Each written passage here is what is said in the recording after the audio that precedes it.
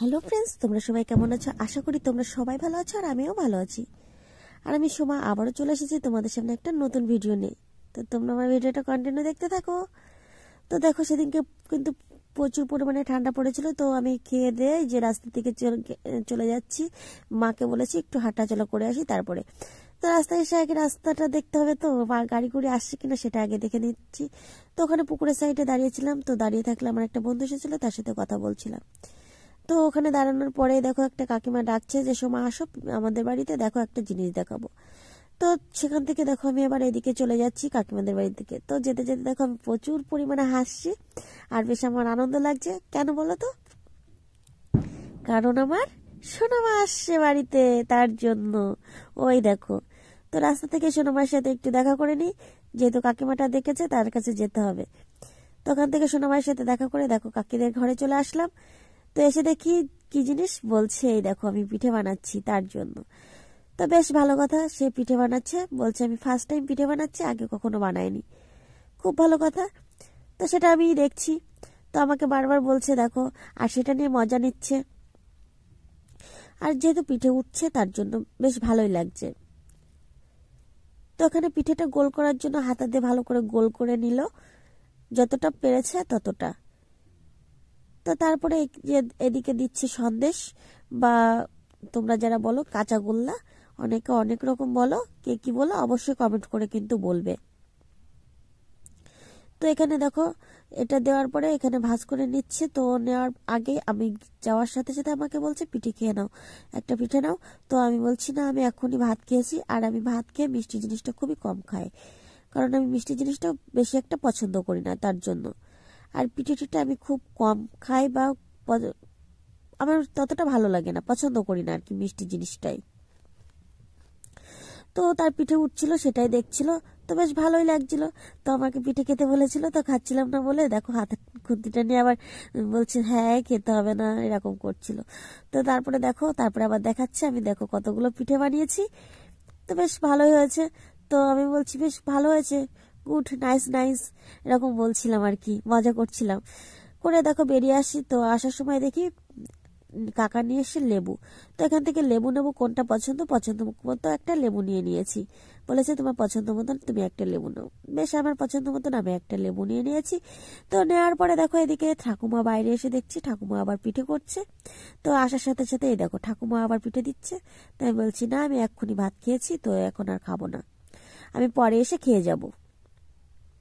বলছে ঠিক আছে। তো সে পিঠে বানাচ্ছে আর হাঁড়িতে দিচ্ছে, যেহেতু এটা হচ্ছে জলের ভিতরে দিতে হবে, ভিজে পিঠে হবে তার জন্য। তো এখানে ঠাকুমার সাথে আবার একটু মজা করছি। তো ঠাকুমাকে বলছি দেখো তোমার মুখটা কিন্তু দেখা যাচ্ছে, ভালো করে দেখা যাচ্ছে না।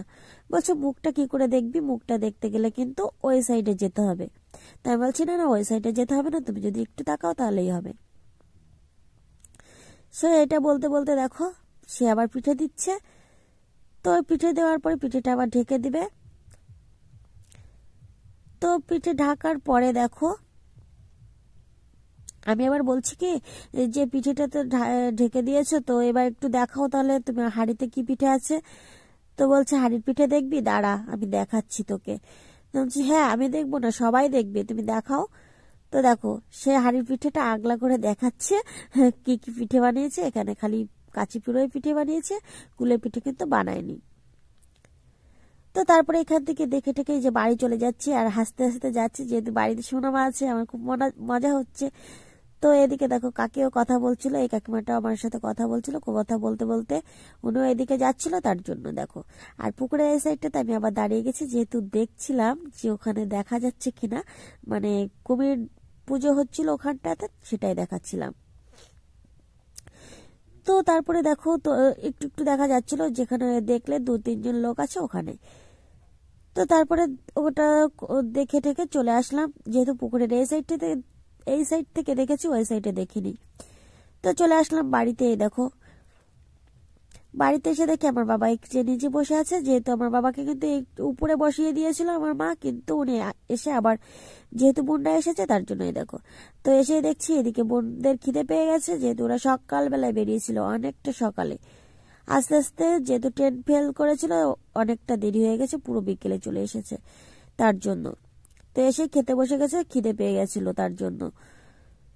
তো তারা খেয়ে দিয়ে নেওয়ার পরে তো কাকিমাটা আসলো, আসার পরে বলছে আমি সোনামাকে নিয়ে যাচ্ছি। তো বলছে ঠিক আছে চলো কুমির দেখতে যাব। আমরা কুমির দেখার জন্যই বেরিয়েছি আর কি। তো তারপরে এই দেখো হাঁটতে হাঁটতে চলে যাচ্ছি আমি, সোনামা আর কাকিমা, তিনজনা পুকুরের সাইডে চলে যাচ্ছে কুমির দেখতে। তো এখানে যেতে যেতে আবার একটু মজা করছিল, সোনামা আজকে এসেছে, এবার একটু নতুন নতুন ভাব হয়েছে, তো ও বেশ ভালোই মজা করছিল। আর আগে কিন্তু এই যে খেজুর গাছগুলো দেখছো না, এখানে কিন্তু রস হতো, কিন্তু এখন আর কেউ কাটে না বলে রস খাওয়া হয় না। অনেক বছর হয়ে গেছে আমরা রস খাই না,